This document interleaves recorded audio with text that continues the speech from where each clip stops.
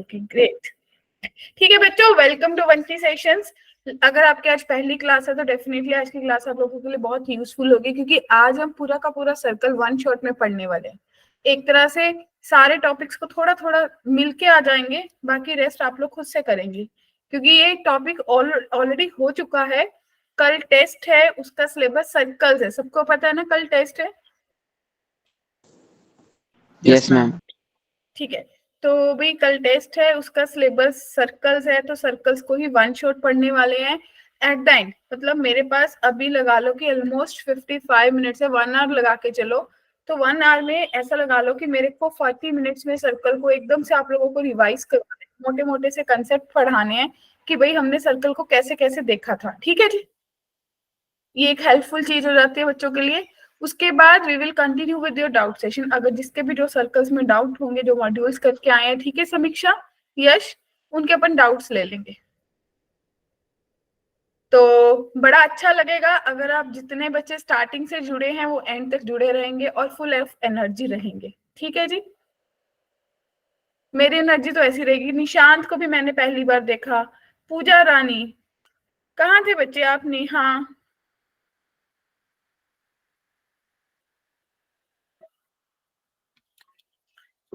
मुझे स्टार्टिंग में जब बच्चे क्लास ज्वाइन कर रहे थे मुझे लगा शायद मैंने कोई गलत लिंक ज्वाइन कर लिया, ऐसा लग रहा था।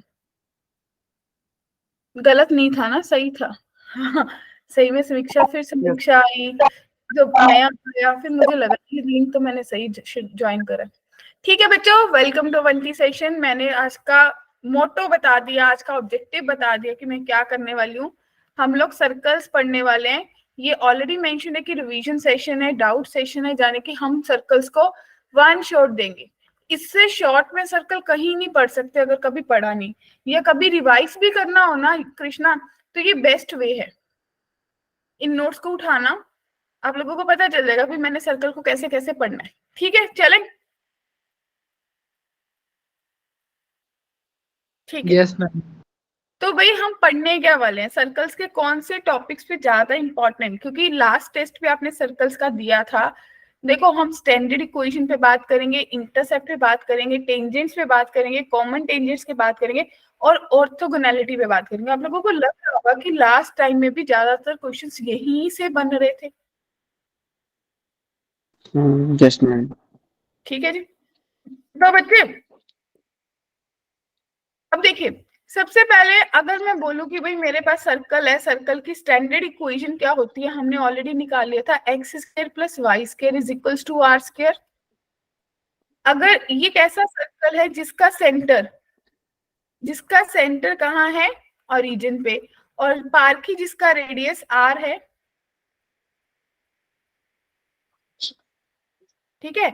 अगर अब मैं बोल दूं कि भाई मेरे पास जो सेंटर है वो ओरिजिन नहीं है, तो सर्कल कैसा दिखेगा पूजा? x माइनस x1 का whole square plus y minus y1 का whole square is equals to r square. बच्चे ठीक है, तो भाई यहां से मेरे को क्या पता चला कि जो इसका सेंटर होगा वो x1 कोमा y1 होगा, और जश इसका जो रेडियस होगा वो r के बराबर होगा। बच्चे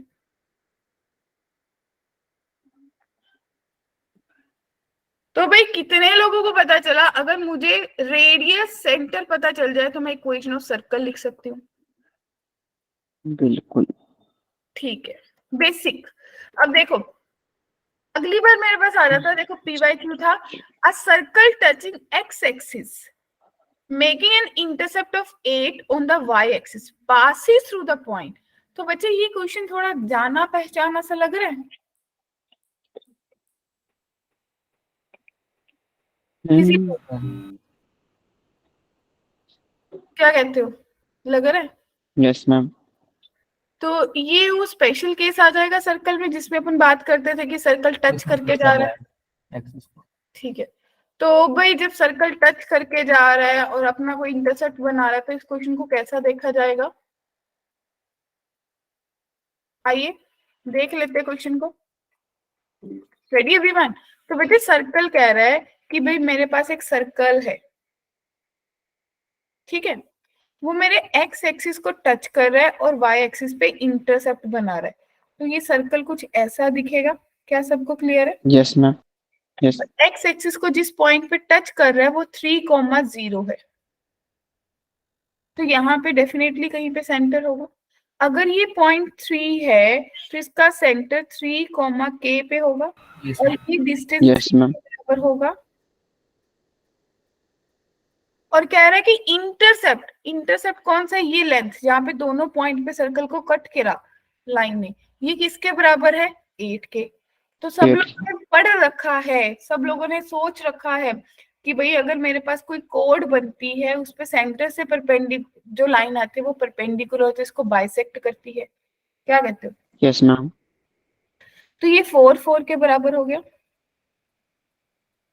तो बच्चा पार्टी, अगर मैं इतनी सी ट्राइंगल पे पाइथागोरस लगा दूं तो क्या आप लोग एग्री हो कि रेडियस 5 आ जाएगा?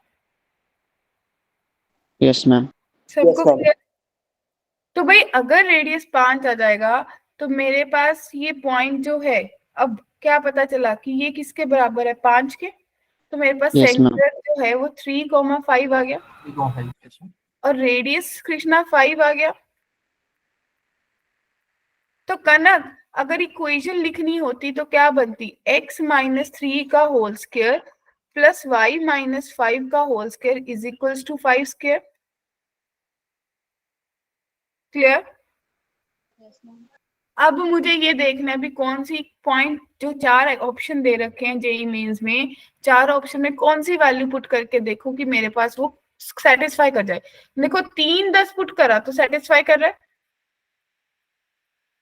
3, 5 करा नहीं करा, 2, 3 पुट करा नहीं करेगा, 1, 5 करा नहीं करा, तो करेक्ट आंसर ऑप्शन ये आ जाएगा। Yes ma'am. क्लियर सबको? Yes ma'am. ठीक है। अगर किसी को ज्यादा लगे तो मैंने डिटेल में वो राइटिंग वाले सॉल्यूशंस भी दे दिए हैं, ठीक है जी, देख सकते हो। अब एक थी जनरल फॉर्म आई दिमाग में, तो वो इक्वेशन कैसी दिखती है? X square plus y square plus 2gx plus 2fy plus c is equal to 0। ऐसे केस में सेंटर क्या होता है? Minus g comma f. इसको याद करने के लिए बच्चे बोल देते हैं minus half coefficient of x comma minus half coefficient of y. Clear है? और जो रेडियस है वो किसके बराबर होता है? अंडर रूट जी का स्क्वायर प्लस एफ का स्क्वायर माइनस का सी। हाँ जी बोलिए, किसी ने हैंड रेस करा?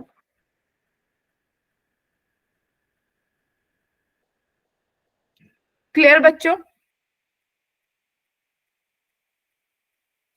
मान लो मुझे कोई इक्वेशन ऐसी दिख जाए, x square plus y square plus 4x plus 4y plus 4 is equal to 0, तो कितने लोग एग्री हैं कि जो ये इक्वेशन बनी है ये जनरल फॉर्म है?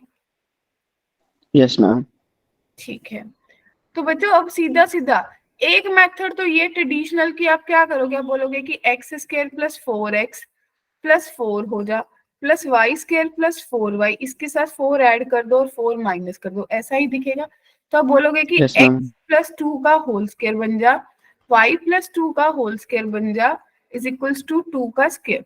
तो मैं बोल दूंगी मेरा सेंटर जो है पूजा वो -2,2 है और पार की रेडियस 2 के बराबर है। Yes, ma'am. ठीक है, ये मेथड वही है, लेकिन भाई ये तो मेरे पास थोड़ा सा लेंदी है। अब अगर मैं ट्रेडिशनल जनरल इक्वेशन को सीधा से देखूं यहाँ पे ले जाके, तो मेरे को पता है कि x का कोफिशिएंट 4 है, उसका नेगेटिव हाफ कर दो नैन्सी, कितना बन जाएगा? -2। In the same way y के कोफिशिएंट का नेगेटिव हाफ -2, ये मेरे पास बन गया सेंटर। और अगर रेडियस निकालना है तो अंडर रूट में इसका स्क्वायर दूसरे का स्क्वायर कांस्टेंट वाले को माइनस, अगर माइनस का तो माइनस माइनस प्लस 4 कर दो। सही किया? कांस्टेंट पॉजिटिव ही था तो माइनस ही करेंगे, ये गया तो आंसर 2 आ गया बच्चों। हाँ जी क्लियर है बच्चों पार्टी? ठीक है, ओके। तो भाई अब इसी के बेस पे numerical type integer type question आया था जेई मेन 2019 में। कहते हैं area of equilateral triangle inscribed in, अब क्या दे रखा है कि x square plus y square plus 10x plus 12y plus 5c is equals to 0। इसका जो इक्विलेटरल ट्राइंगल बनता है सर्कल के अंदर, उसका एरिया दे रखा है। सी की वैल्यू बतानी है। क्या क्वेश्चन क्लियर हो गया?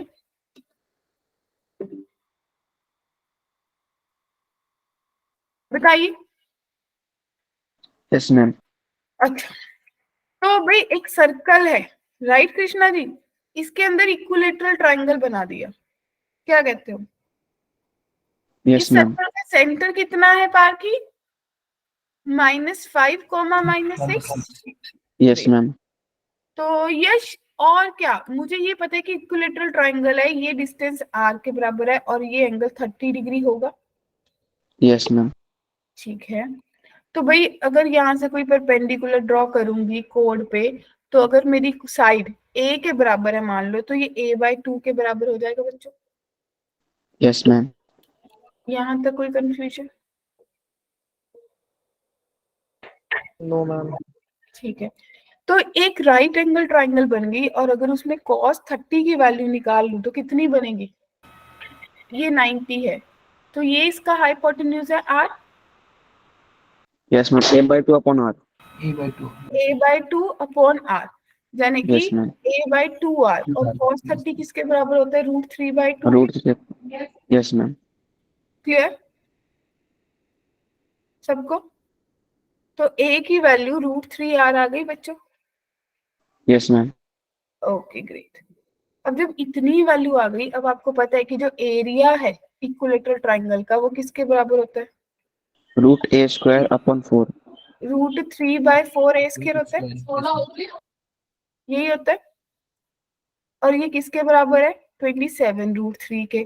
तो बच्चों a की वैल्यू कितनी बन गई? 3r², a² की 3r²/4 इज इक्वल्स टू 27 बन गया। तो r² की वैल्यू 9 इंटू 4, यानी कि r जो है वो 6 के बराबर आ गई। बोलिए। Yes ma'am. अगर r 6 के बराबर आ गई, अभी फॉर्मूला पढ़ा था कि भाई जो रेडियस होता है r, है ना, वो किसके बराबर होता है? √g² plus f² minus constant value के। तो r आ गई 6, √g आपने ऑलरेडी निकाल रखा है 25 प्लस 36, और c कितनी है? 5c, तो माइनस का 5c। स्केयरिंग करी, 36 25 प्लस 36 माइनस का 5c, ये गया, तो c की वैल्यू 5 नहीं आ गई? Yes ma'am. क्या किसी को डाउट है? अमन क्लियर बच्चे? Yes ma'am. ठीक है। मैम अमन पीछे करना मैम नोट कर श्योर श्योर श्योर। यहाँ पे एक अमन के साथ एक बच्चा और आया था ना नया, जिसने बोला था आज मेरी फर्स्ट क्लास है। मैम इरफान। हाँ इरफान, इरफान आपको समझ आया? Yes ma'am. ठीक है ग्रेट। नेहा आपको समझ आया? Nishant, Neha, Raj, yes ma'am. Shivani, how was your paper?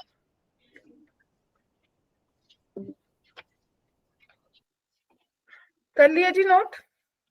होने वाला लास्ट स्टेप तो बस थोड़ा। Okay okay, no problem. आज लेट हो गए आप? हाँ मेरे पड़ोस में जागरण हो रखा था, जाना पड़ गया था मम्मी के साथ। ओके, तो माधव जी देखिए, मेरे को क्वेश्चन ने बोला था कि इक्विलेटरल ट्रायंगल है जो कि सर्कल के अंदर है, तो मैंने डायग्राम बनाई, मैंने देखा कि सेंटर है, तो मुझे पता है कि सेंटर से एक वर्टेक्स तक का डिस्टेंस रेडियस के बराबर होगा माधव। और यस अगर मैम। सेंटर लाइन मेरी जो साइड पे जाएगी वो डेफिनेटली कोड है सर्कल की, तो वहां पे परपेंडिकुलर होगा। अगर टोटल साइड में ट्रायंगल की ए ले लूं, तो ये बाइसेक्ट करेगी कोड को। यस मैम होगा। ठीक है। Doubt clear. Sushila, okay Sushila आपने भी हैंड रेस करा था बच्चे?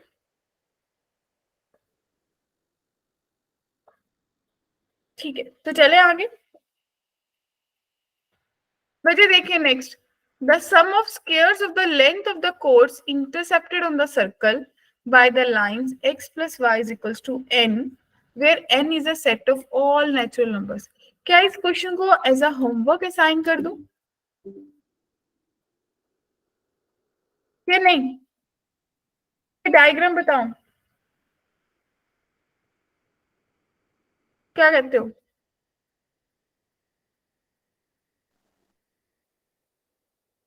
क्या है? डायग्राम बता दूं? यस मैम, बता दो। ठीक है, तो बच्चे सबसे पहले एक सर्कल बनाओ। सर्कल अपने आप में क्या बता रहा है कि एक ऐसा सर्कल जिसका सेंटर ओरिजिन है Yes, ma'am. और उसका रेडियस 4 है। ठीक है, फिर बाय द लाइन, यानी कि x plus y is equal to n कोई लाइन है जो कि इस सर्कल को कट कर रही है। ठीक है, तो मैं मान लेती हूँ कि कोई लाइन ऐसी है जो ऐसे कट करके जा रही है। उसका सेंटर से परपेंडिकुलर डिस्टेंस कम होना चाहिए। कहीं भी लगा ले, तो एक डिस्टेंस ये हो गया और एक ये, कुछ ऐसा दिखेगा आप लोगों को। और ये तो रेडियस है, ये तो 4 के बराबर है। Yes, ma'am. क्लियर है? तो भाई अगर इस लाइन का ये ओरिजिन है, तो ओरिजिन से इस line x plus y is equal to n का डिस्टेंस निकाल सकती हूँ मैं। मेरे को आता है लाइन का परपेंडिकुलर डिस्टेंस निकालना। तो मेरे पास जो ये डिस्टेंस है परपेंडिकुलर, मान लो ये p के बराबर है, तो बच्चे p किसके बराबर आ जाएगा? ग्रेट सुशीला, होप्स सो आपको अच्छी लगेगी क्लास। बच्चे कहते हैं मैं अच्छा पढ़ाती हूँ। Ma'am, n upon root 2. मैं अपनी तारीफ खुद कर लेती हूँ। p is equal to n upon root 2, definitely. Clear है बच्चों? Yes, ma'am. मैम, अब आपको ये पता है कि 90 डिग्री है। ठीक है, अब क्वेश्चन में मुझे क्या पता है? Sum of square of the length of the कोड इंटरसेप्ट ऑन द सर्कल, जो ये कोड बनी है उसका लेंथ निकालना है। ठीक है, तो क्या सोचा, जब कोई सेंटर से परपेंडिकुलर ड्रॉ होता है तो डेफिनेटली बाइसेक्ट करता है आपकी कोड को। Yes, ma'am. तो अगर मैं ए बी की लेंथ निकाल लूं तो ए सी की लेंथ के लिए ट्वाइस कर दूंगी बच्चों। तो ए बी निकालने के लिए मेरे पास पाइथागोरस क्या बनेगी? ये 90 डिग्री है, तो 4 क्या आपका परपेंडिकुलर हाइपोटेन्यूज, तो under root 4 Yes, ma'am. Minus n by root 2 का स्क्वायर, 4 का भी स्क्वायर, और आगे ट्वाइस कर दूंगी। अगर मुझे ए सी, तो दिस इंप्लाइज जो ए सी है वो 2 टाइम्स ए बी है, तो 2 times under root 16 minus n square by 2। क्या कहते हो बच्चे, ये आपका आंसर आ जाएगा क्या नहीं? Yes, ma'am. पर ठीक है ना? अब n की क्वेश्चन वैल्यू क्या रखेंगे मैम? कि sum of square of length of the कोड। अब आपको कोड की लेंथ बतानी है। अगर मुझे ये इतनी वैल्यू आ गई तो पॉसिबल वैल्यूज कितनी होंगी? पॉजिटिव वैल्यू आनी चाहिए ना। से छोटा होना चाहिए। n की वैल्यू 1 ले लो, n की वैल्यू 2 ले लो, n की वैल्यू 3 ले लो, n की वैल्यू 4 और n की वैल्यू 5 ले लो। जैसे ही 6 पे जाओगे तो 18 बनेगा, वो छोड़ देंगे। ठीक है जी, इन सबको सम कर लेना, क्लियर चलेगा? मैम एक और बार बताना। हाँ जी बिल्कुल। देखिए, ये मेंस में क्वेश्चन आया था, क्वेश्चन बहुत सिंपल था।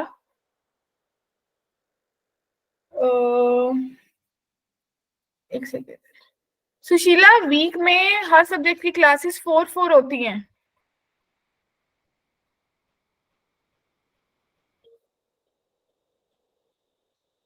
हर सब्जेक्ट की क्लासेस 4 होती हैं। तो माय डियर बच्चों, ध्यान से देखिए। सबसे पहले आपने क्या करा, आपने एक कोड बनाई जो मुझे लाइन दे रखी थी। ठीक है, उसका मैंने सेंटर से उसको एक एंड पे ज्वाइन कर लिया और वहां से उस कोड पे परपेंडिकुलर ड्रॉ कर दिया सेंटर से। तो मुझे क्लियरली दिख गया कि ए बी और बी सी बराबर है। ठीक है, मैंने परपेंडिकुलर डिस्टेंस लगा के जो मेरी इस लाइन, इस ये जो ओरिजिन से इस लाइन तक का परपेंडिकुलर डिस्टेंस निकाला। उसके बाद पाइथागोरस लगा के मैंने ए बी निकाली। तो मैंने पाइथागोरस लगा ट्वाइस करके ए सी निकाली। अब क्वेश्चन ने मुझे बोला कि n की वैल्यू जो है सेट ऑफ नेचुरल नंबर है। मुझे देखने की n की वैल्यू क्या हो सकती है। 1 से शुरू करूंगी, 1 से शुरू करते जैसे ही पुट करूंगी तो मुझे दिख रहा है कि ये वैल्यू कभी भी मतलब नेगेटिव नहीं आएगी। 2 पुट करूंगी, 3 करूंगी, 4 करूंगी, 5 करूंगी, 6 करूंगी। जैसे ही 6 पे आऊंगी, 6 का 36, 36 बाय 2 18, तो 16 माइनस 18 नेगेटिव टर्म आएगी। Yes ma'am. Yes, ma'am. उसका कोई काम नहीं है, छोड़ दिया। मेरे से क्वेश्चन ने पूछा square of length of the code, यानी कि AC का स्क्वायर करा, कितना आ गया? 4 16 माइनस n स्क्वायर बाय 2। अब आपको क्या करना है, ये सारी वैल्यूज ऐड करनी है। जो भी वैल्यू आएगी 5 तक की सब ऐड करके वैल्यू बनानी है। अब उसमें भी दिमाग चला लो भाई, जो 4 into 16 है वो तो कॉमन ही रहेगा सब किसी में। समेशन लगा देंगे ना। यस हाँ, मैम 4 into 16 5 बार आ गया, -5/2 आ गया। 5/2 आएगा या नहीं, सिर्फ 1/2 आएगा बच्चे। और आपके पास आ जाएगा 1 का स्क्वायर प्लस 2 का स्क्वायर प्लस 3 का स्क्वायर प्लस 4 का स्क्वायर प्लस 5 का स्क्वायर। यहाँ पे एपी का सम लगा सकते हैं, क्या कहते हो? ठीक है, यस मैम चलें आगे फिर बढ़े। ठीक है, अब देखिए ये कुछ स्टैंडर्ड नोटेशंस थी जो आप लोगों ने करी थी। क्या किस किस को याद है भाई? जो सेकंड डिग्री इक्वेशन होती है वो ऐसी दिखती है किसी भी कॉनिक के लिए। Yes ma'am. अभी हमने जब कॉनिक शुरू करा पैराबोला से पहले भी हमने ये देखा कि सेकंड डिग्री इक्वेशन ऐसी दिखती है, राइट।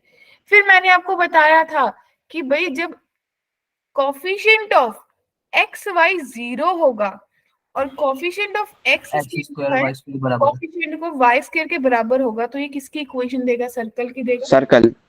Yes ma'am. तो हमें ऐसा पता चला कि ये सर्कल की देगा। अगर कोई पॉइंट सर्कल पे लाई करता है तो हम उसको ऐसा रिप्रेजेंट करेंगे x1 का स्क्वायर y1 का स्क्वायर 2gx1 2fy। ठीक है जी, क्लियर बच्चों? डन। अब देखिए यस मैम। फिर एक चीज और पड़ी थी, एक पड़ा था पोजीशन ऑफ पॉइंट। अगर ये सर्कल है, इसके यहाँ पे 3 पॉइंट है, एक पॉइंट ये रहा P1, दूसरा पॉइंट यहाँ पे P2 और एक पॉइंट बाहर है P3। मुझे कैसे पता चलेगा कि जो मेरा पॉइंट है वो सर्कल के अंदर लाई कर रहा है या बाहर लाई कर रहा है या ऑन द सर्कल लाई कर रहा है? तो मेरा जो सर्कल है, सर्कल उसमें मैंने पुट करा P1। अगर लेस देन रेडियस आ रही है, लेस देन 0 आ गई वैल्यू, लेस देन 0 आ गई, तो क्या बोलोगे कहाँ लाई कर रहा है? इनसाइड। रेडी। यस अगर मैम। P2 इक्वल्स टू 0 आ गया तो आप On the बोलोगे circle. ऑन द सर्कल, और अगर P3 ग्रेटर देन 0 आ गया तो आप बोलोगे outside the. Outside. In the same way 3 तरीके की लाइंस पॉसिबल है। एक लाइन होती है इंटरसेक्टिंग, ठीक है जी, दूसरी होती है टेंजेंट टेंजेंट। और तीसरी होती है नॉन इंटरसेक्टिंग। क्लियर है? Yes ma'am. अब आप देखोगे कि ये डिस्टेंस, अब ये सब परपेंडिकुलर है, ये तो क्लियर है, लेकिन मुझे ये पता है कि इतना डिस्टेंस तो रेडियस के बराबर है। तो भाई अगर मेरा परपेंडिकुलर डिस्टेंस है ना रेडियस से कम होगा तो आप बोलोगे कि इंटरसेक्टिंग लाइन, और अगर परपेंडिकुलर डिस्टेंस रेडियस के बराबर आ रहा है तो आप बोलोगे टेंजेंट लाइन है। Yes ma'am. और अगर परपेंडिकुलर डिस्टेंस रेडियस से ज्यादा हो जाएगा, देखो जो पॉइंट बाहर है वो तो रेडियस से बहुत दूर है, तो जाने की वो नॉन इंटरसेक्टिंग है। क्लियर है बच्चों? यस मैम सबको क्लियर है? तो देखो इसको मैंने थोड़ा हैंड रिटन नोट्स में दे दिया क्योंकि बच्चों को थोड़े हैंड रिटन नोट्स भी समटाइम्स अच्छे लगते हैं। अब देखिए, अब हमने बात करी थी कि भाई अगर मेरे पास ये जो लाइन है वो y is equals to mx plus c है, ठीक है, और यहाँ से कोई परपेंडिकुलर डिस्टेंस है जिसको आपने बोल दिया कि p be the length of the perpendicular, तो आप लोग इस c पॉइंट से इसका डिस्टेंस कैसे निकालोगे? ओरिजिन से यहाँ का, तो आप बोलोगे ना कि ये लाइन कैसे दिखेगी? y mx minus y plus c is equals to 0। तो क्या p आप लोगों के पास c modulus upon under root 1 plus M square आएगी बच्चों? Yes ma'am.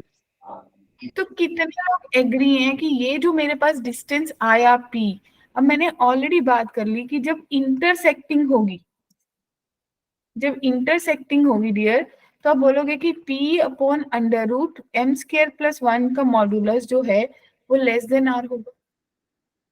Yes ma'am. Yes ma'am. और अगर ये टेंजेंट हो जाएगी तो बोलोगे इक्वल्स टू r होगा, और अगर नॉन इंटरसेक्टिंग हो जाएगी बच्चे तो ग्रेटर देन r हो जाएगा या नहीं? Yes ma'am.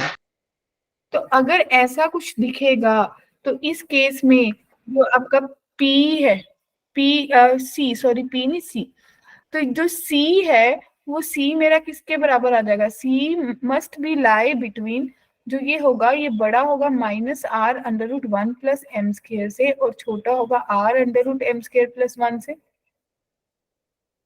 अगर यही बात मैं टेंजेंट की करूं तो उस केस में सी जो है वो plus minus are under root 1 plus M square के बराबर होगा। क्लियर है? और अगर नॉन इंटरसेक्टिंग की बात करूं तो जो सी है उसको आप बोलोगे कि एक बार वो greater than r under root 1 plus M square होगा, और एक बार सी जो है वो less than minus are under root 1 plus M square होगा। कुछ भी नहीं करा, सिर्फ सेम कंडीशन पे ये जो मेरे पास परपेंडिकुलर डिस्टेंस आया, एक बार उसको आर से कम कर दिया, एक बार बराबर कर दिया, और एक बार ग्रेटर देन कर दिया। क्या सबको क्लियर है? Yes ma'am. ठीक है। इसके बाद फिर आपकी इक्वेशन ऑफ टेंजेंट आ जाती थी डियर फ्रेंड्स। याद आया? तो सब बच्चों को याद होगा जिन लोगों ने लगाया, जो पहली बार लगा रहे, कि अगर मेरे को स्लोप फॉर्म दी हो, यानी कि मुझे ये पता है कि कोई ये टेंजेंट है मेरे हमेशा इस सर्कल को, और मुझे इस केस में ये पता है कि जो मेरा सी है वो किसके बराबर आया था। अभी आपने पढ़ा कि अगर टेंजेंट होगी तो C is equals to plus minus are under root 1 plus M square के बराबर होगा ना। Yes ma'am. तो मेरी जो टेंजेंट है उसकी इक्वेशन क्या बन जाएगी? y is equals to M x plus C है, बस c की वैल्यू पुट कर दूंगी मैं। तो मैंने ऑलरेडी बताया था आपको भाई, ऐसे में मेरे पास दो ही टेंजेंट्स पॉसिबल होंगी जो एक ही दूसरे के परपेंडिकुलर, यानी कि जो डायमीटर के वर्टेक्स एंड पे जाएंगी, एंड पॉइंट्स ऑफ डायमीटर पे होंगी।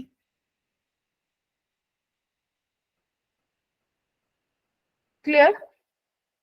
तो क्या आप इसका क्वेश्चन कर सकते हैं कि मेरे पास इक्वेशन ऑफ टेंजेंट बनानी है जिसकी स्लोप मुझे दी है, यानी कि मुझे m दे रखा है -3/4, मेरे पास रेडियस आ गया 3 के बराबर।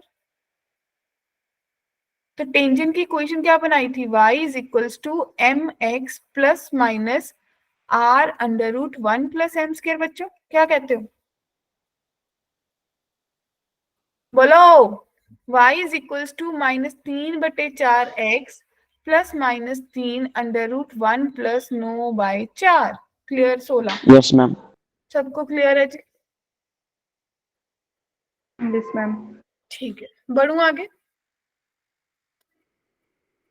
ठीक है, इसका सोल्यूशन आपको मिल गया, दो टेंजेंट बन जाएंगी। क्लियर है? अब अगली फॉर्म कौन सी होती थी टेंजेंट की? Point form. जब मुझे एक पॉइंट दे देंगे, पॉइंट फॉर्म के लिए टेंजेंट कैसे निकालते थे बच्चा पार्टी?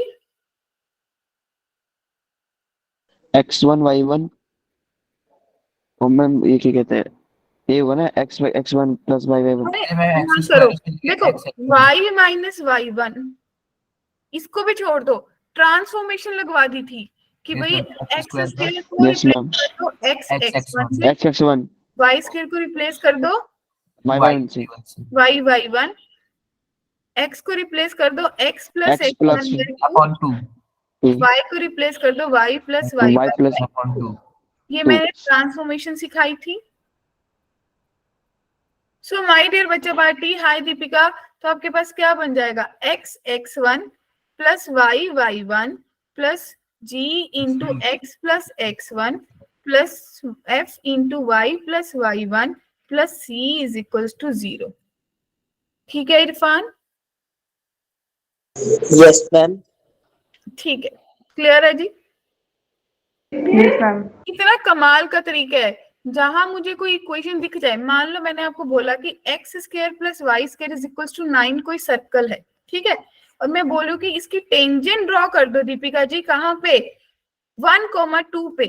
तो मैं क्या करूंगी कनक, फटाफट बताइए।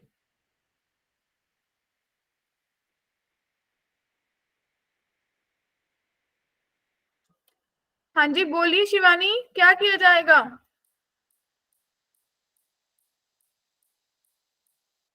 क्या मैं इसको x plus 2y is equal to 9 नहीं लिख दूंगी? ये मेरी इक्वेशन ऑफ टेंजेंट नहीं बन जाएगी?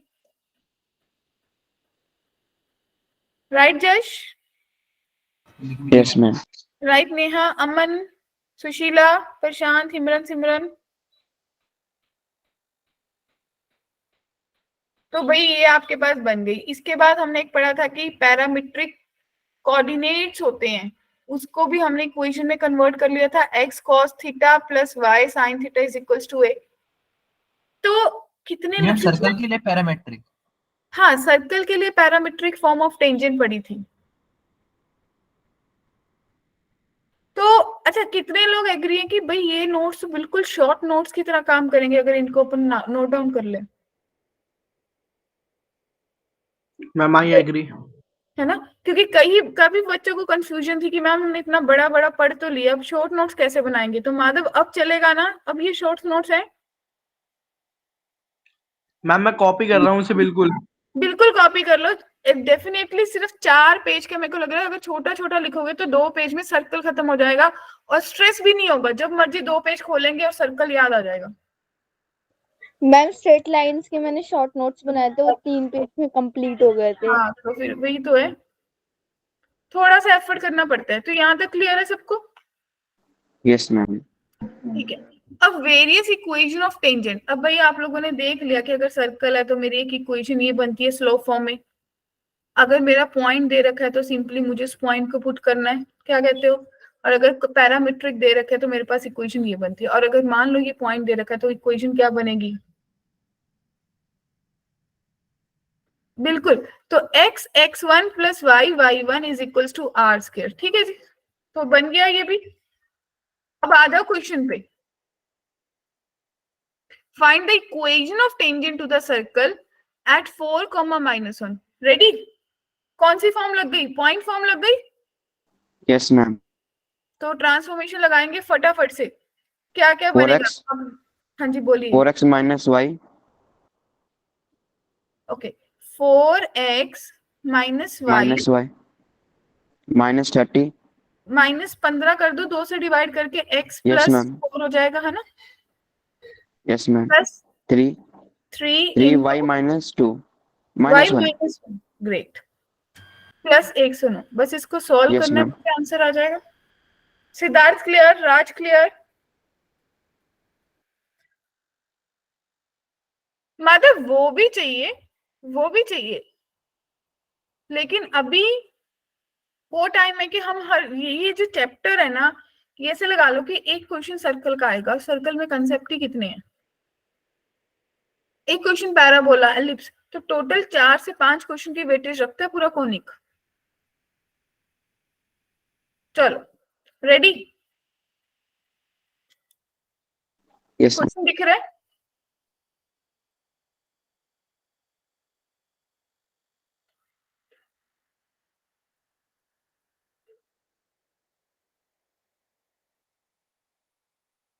तो क्वेश्चन क्या कह रहा है बच्चों? क्वेश्चन कह रहा है if a tangent to the circle intersect the coordinate axis at distinct point P and Q, then the locus of the midpoint of PQ is।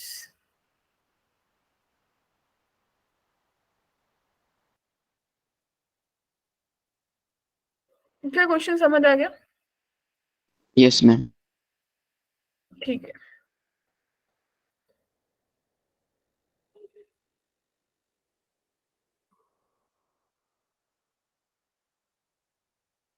क्या किसी का कोई दिमाग चला?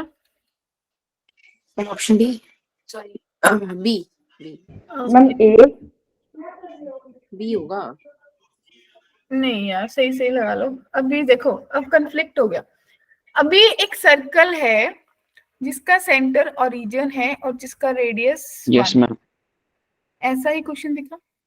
अब जहां से जो टेंजेंट, ये मेरे को ऐसा लग रहा है कि एक क्वेश्चन हमने पैरामीट्रिक वाला करा था ड्राइव, इसमें सेम ही करते हैं ऐसे। हाँ, एक कर्व है।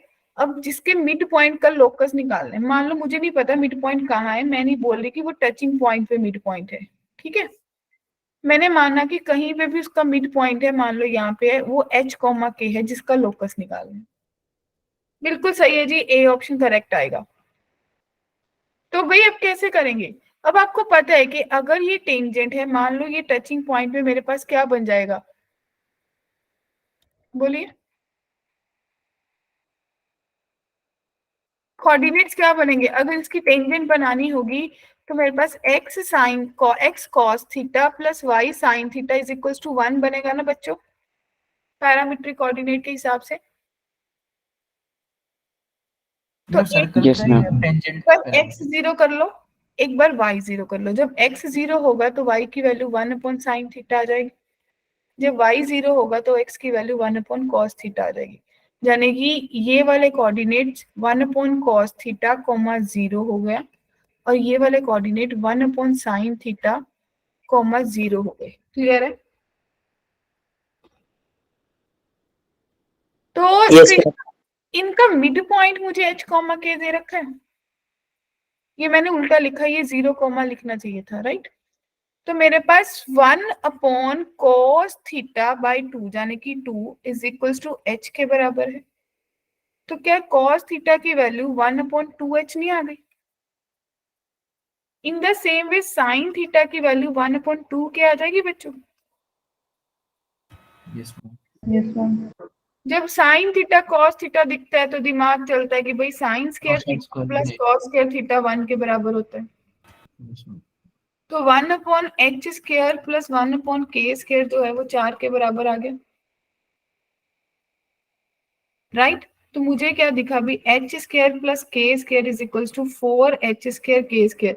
जब लोकस की बात होती है तो h और k को किससे रिप्लेस करते हैं? एक्स और वाई से। X, Y.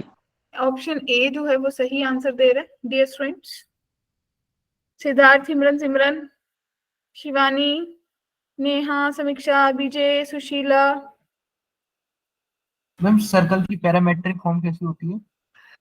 कृष्णा, हमने बोला था कि भाई मेरे पास जो सर्कल है, मान लो यहाँ पे उसका कोई एंगल, उसका रेडियस कोई एंगल बना रहा है एक्स एक्सिस का थीटा, तो मैंने ये जो पॉइंट थे टचिंग पॉइंट, इनको ले लिया था a cos theta, a sin theta,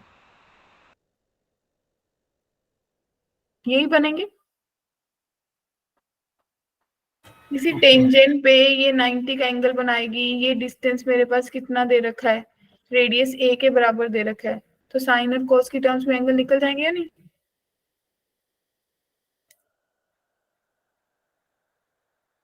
ठीक है, चलिए अब बताइए, tangent and normal lines at the point to the circle and the x-axis form a triangle, then area of triangle. Ready या होमवर्क दे दूं?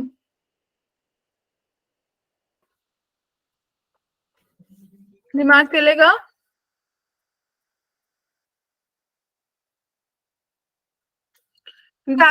से ये ग्राफिकल वाली अप्रोच ना सबसे ज्यादा हेल्पफुल है। एक सर्कल है ऐसा, इसका ये पॉइंट कितना है, 2,0, और इसके यहाँ से कोई टेंजेंट और नॉर्मल पास हो रही है, यानी कि अगर टेंजेंट ऐसी जा रही है तो नॉर्मल तो डेफिनेटली सेंटर से पास करती है, हमने पढ़ा है। Yes, ये ma'am. 9 yes ma'am. और ये पॉइंट मेरे पास 3,1 के बराबर है, और स्लोप ये निकालना है। ओरिजिन है ना? ये पॉइंट आप लोग निकाल सकते हो या नहीं? Yes, ma'am. इससे टेंजेंट और नॉर्मल दोनों की इक्वेशन बन माइनस जाएगी. रूट ले जाएगी उसकी स्लोप। बस मुझे तो ये डिस्टेंस पता करना है। अगर मुझे ये डिस्टेंस पता चल जाए, ये डिस्टेंस तो मुझे ऑलरेडी दिख रहा है, बताओ कितना है? हाइट दिख रही है ना, 1 है ना? Yes, ma'am. बस मुझे बेस पता करना है। वो मैम कैसे टेंजेंट की पता इक्वेशन चले? तो बन जाएगी। क्या टेंजेंट की इक्वेशन निकल जाएगी ना इससे। टेंजेंट की मैम कुछ? बेस ऐसे 0,0 अरे और √3, टेंजेंट, ये 1 देख, से नहीं निकलेगा.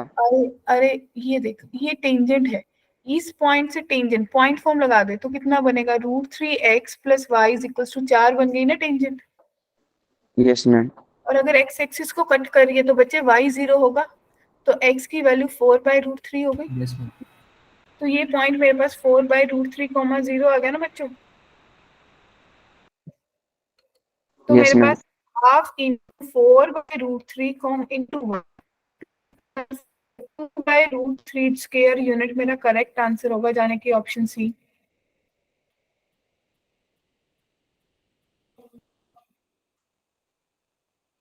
क्या कहते हो?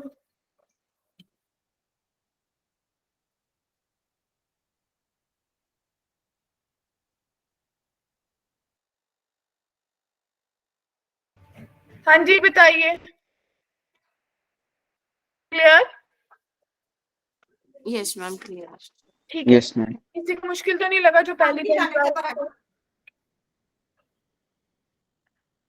ठीक है, तो बच्चे मैं कुछ क्वेश्चंस को होमवर्क असाइन कर रही हूँ सो दैट कि we can move to next topic. ठीक है जी, कॉमन टेंजेंट्स पे चलेंगे अब हम। क्लियर? ये क्वेश्चन होमवर्क दे रही हूँ, ये हो जाएगा आप लोगों से, क्या कहते हो? ठीक है, अब देखिए कॉमन टेंजेंट्स कैसे दिखती हैं my dear party. Common tangents कैसे दिखती? दो सर्कल्स हैं, अगर वो टच कर रहे हैं तो उसमें कितनी कॉमन टेंजेंट्स पॉसिबल है? 3। ठीक है जी, जो एक्सटर्नली निकलेंगे और दोनों में से कॉमन निकलेगा। और अगर दो सर्कल इंटरनली एक दूसरे को टच करे तो कितनी कॉमन टेंजेंट्स पॉसिबल है? 1। इस केस में दोनों सेंटर्स का डिस्टेंस r1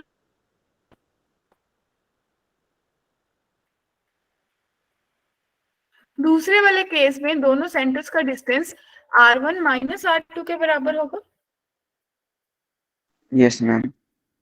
ठीक है, और अगर इंटरसेक्टिंग होंगे तो आपको क्लियरली दिख पा रहा है कि भाई जो मेरा C1 C2 का डिस्टेंस है वो R1 R2 से कम भी हो सकता है, R1 R2 से ज्यादा भी हो सकता है या नहीं? Yes ma'am. मतलब इनके बीच में लाई करेगा, लाई इन बिटवीन, क्योंकि R1 प्लस R2 से कभी ज्यादा तो होगा ही नहीं। वो कब ज्यादा होगा? जब दोनों दूर दूर होंगे सर्कल्स।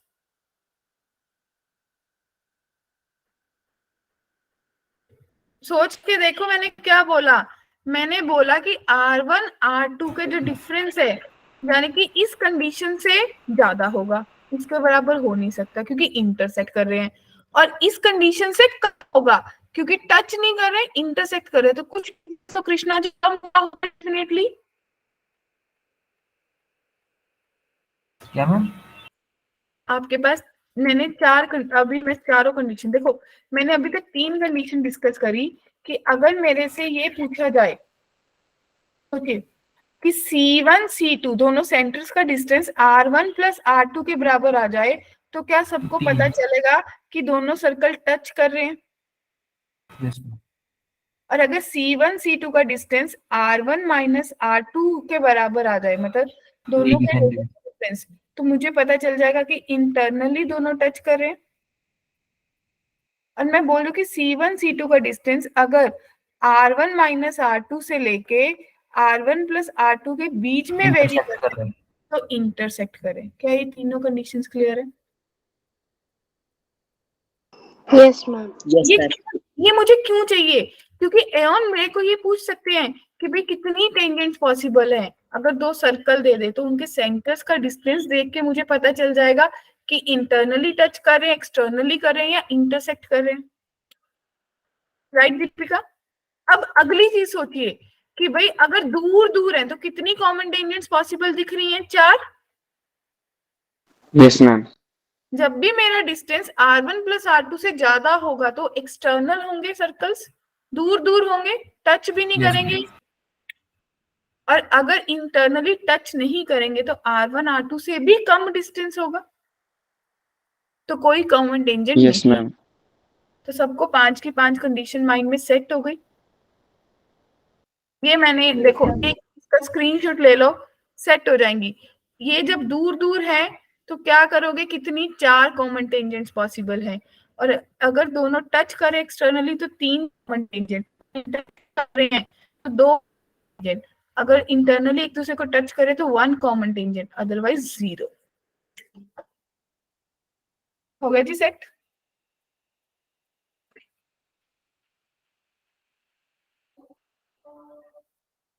हेल्पफुल? Yes ma'am. तो ये भी वही सब चीजें हैं जो हमने डिस्कस कर ली।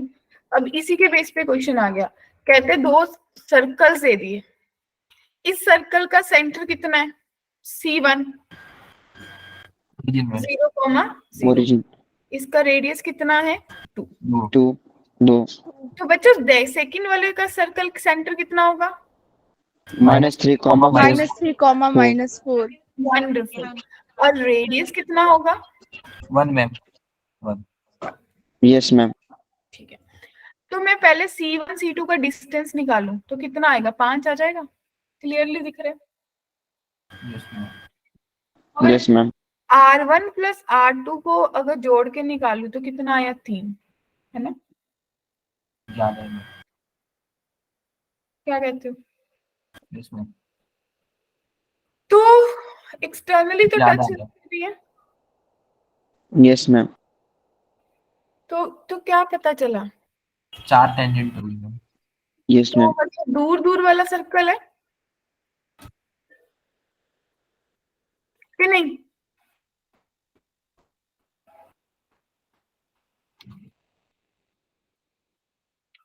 क्या समझे?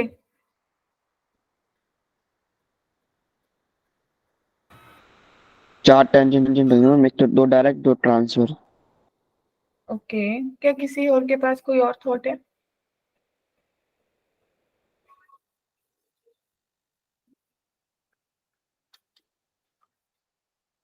क्या ये ऐसा नहीं लग रहा कि भाई अगर मैं R1 माइनस R2 करती, थोड़ा सा घुमा लेती हूँ, तो मेरे पास कितना आएगा? 1 के बराबर आएगा। Yes ma'am. ऐसा ही दिख रहा है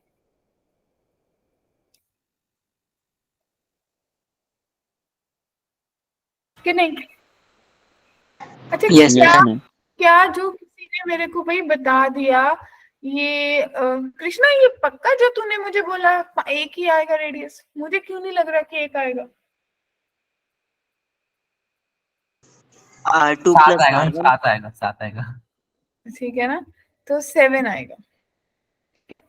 तो भाई R1 R2 का तो केस खत्म हो गया, लेकिन R1 माइनस R2 5 के बराबर आ गया। Yes ma'am. तो भाई डिस्टेंस ऑफ C1 C2 जो है वो R1 माइनस R2 के बराबर आया, यानी कि इंटरनली वाला केस हो गया। एक सर्कल बड़ा है, उसी के अंदर दूसरा सर्कल आप टच करके सारा। ये क्या लिंक भेज रहे हो तुलसी आप?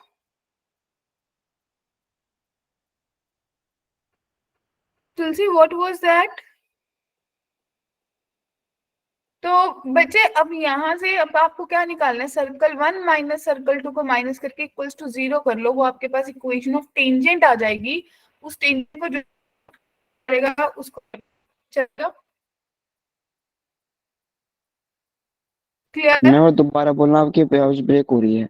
Yes ma'am. Voice break. अब ध्यान से देखिए बच्चे, मेरे पास 2 सर्कल्स हैं, अगर सर्कल 1 में से सर्कल 2 को माइनस कर दूं तो मेरे पास एक लीनियर इक्वेशन बन रही है। Yes ma'am. तो मेरी क्या होगी? This is called the equation of tangent. जब ये टेंजेंट की इक्वेशन आएगी तो ये 4 पॉइंट दे रखे हैं, इन चारों पॉइंट को पुट करके देख लेना, आपको पता चल जाएगा मेरी टेंजेंट कहाँ से पास हो रही है। क्लियर? Yes ma'am. सबको क्लियर है जी? Yes ma'am. ठीक है, तो ये क्वेश्चन आप देख सकते हो एक बार। ठीक है, अब लास्ट एक पॉइंट था, ऑर्थोगोनैलिटी ऑफ 2 सर्कल। किस किस को याद है? बहुत कॉमन टॉपिक था, क्या था? मैम जब 2 सर्कल एक दूसरे को परपेंडिकुलर टच 2G1 करते हैं। G2 F2 yes ma'am. ठीक है, तो ये कंडीशन ऐसी दिखती है बच्चे, 2 सर्कल्स इंटरसेक्ट कर रहे हैं तो उनके जो रेडियस है और जहाँ पे इंटरसेक्ट पॉइंट पे मिल रहे हैं ये 90 पे होते हैं। मैम आपकी वॉइस ब्रेक हो रही है। Yes ma'am. बच्चे फिर से सुनिए, 2 सर्कल्स जब इंटरसेक्ट करते हैं वहां पे जो आपकी टेंजेंट्स मीट करती है वो 90 डिग्री पे मीट करती है, ऐसे सर्कल्स को बोलते हैं ऑर्थोगोनल सर्कल। कि जो सर्कल टच कर रहे हैं बच्चों। Yes ma'am. ठीक है, तो इसके लिए कंडीशन अराइव हो गई, 2G1 G2 to F1 F2 C1 C2। क्या कहते हो दीपिका, कृष्णा, जश, इरफान, अमन, पार्थी, अभिजय? Yes ma'am. देखिए 2 सर्कल, अब इस क्वेश्चन को देखिए, 2 circle with equal radius R intersecting at the point. इन 2 पॉइंट्स पे कर tangent at the point 0, 1 to the circle passes through the center of the circle, other circle, the distance between the center of the circle. हाँ जी, distance between the centre of the circle पड़ा है। क्या question समझ आ गया?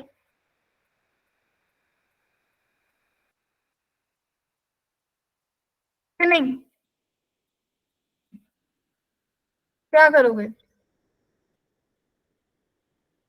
दो circle है, इंटरसेक्ट कर रहे हैं, ठीक है जी।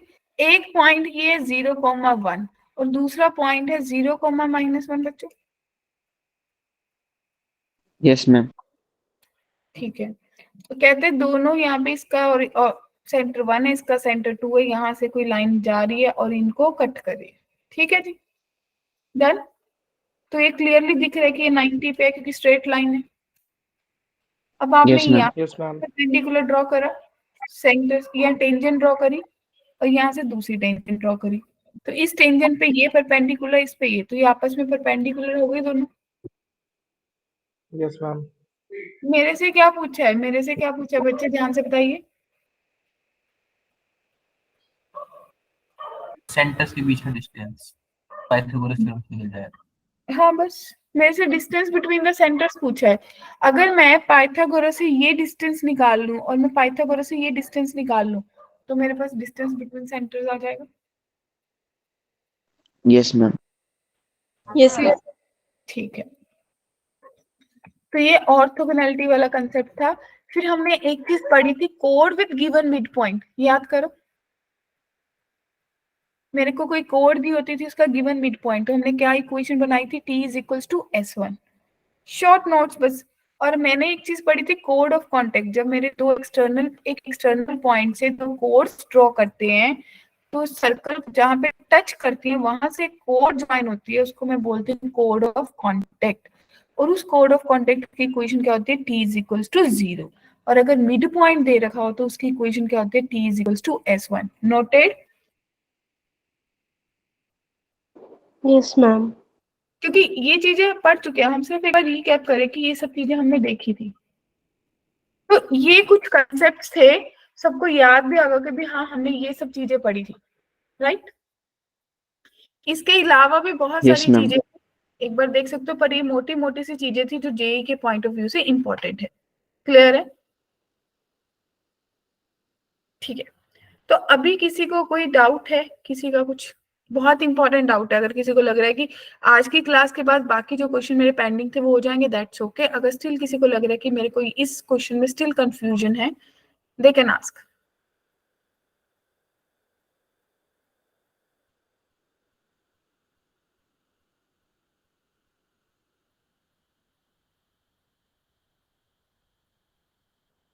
और जो बच्चे आज पहली बार आए हैं बच्चे, ये रिकॉर्डिंग नोट्स आपको कहाँ मिलेंगे? मेरा बिटली लिंक है, ऐसे ही आपके बाकी सारे टीचर्स के भी बिटली लिंक्स होते हैं, जैसे कि bit.ly/चीनू मैम। जब आप यहाँ पे जाओगे तो आपको सारे नोट्स, रिकॉर्डिंग, डीपीपीस मिल जाएंगे। अगर ये ऐसा नहीं चलेगा तो सब कुछ स्मॉल लेटर्स में कर लेना, ठीक है। तो रिकॉर्डिंग एक बार ऑफ कर लेते हैं, और जितने बच्चे आ जाए दैट्स वेरी नाइस, बहुत अच्छा लगा बच्चे। मंडे को फिर से क्लास है हमारी, मंडे को नहीं ट्यूसडे को है। तो ट्यूसडे वाली क्लास में भी मैं आप लोगों को एक्सपेक्ट करूंगी, सब लोगों को। कौन से टाइम पे? 8:30 पे, ठीक है जी। 8:30 से 9:45 तक होती है क्लास, और थोड़ी सी एक्सटेंड हो जाती है। तो टिपिकली 8:30 से 9:45 का टाइम है। क्लियर है? Thank you Madhav, thank you. अभी के लिए मैं रिकॉर्डिंग ऑफ कर रही हूँ, उसमें अपन पैराबोला कर रहे हैं। पैराबोला का भी थोड़ा सा बेसिक हुआ है, तो जितने लोग आएंगे तो एक बार थोड़ा सा कल टेस्ट के बाद एक बार थोड़ा सा रिकॉर्डिंग को देख आना, ताकि पैराबोला समझ आ जाए अच्छे से। मैम आप ये किसको बता रहे हो? जो बच्चे नए नए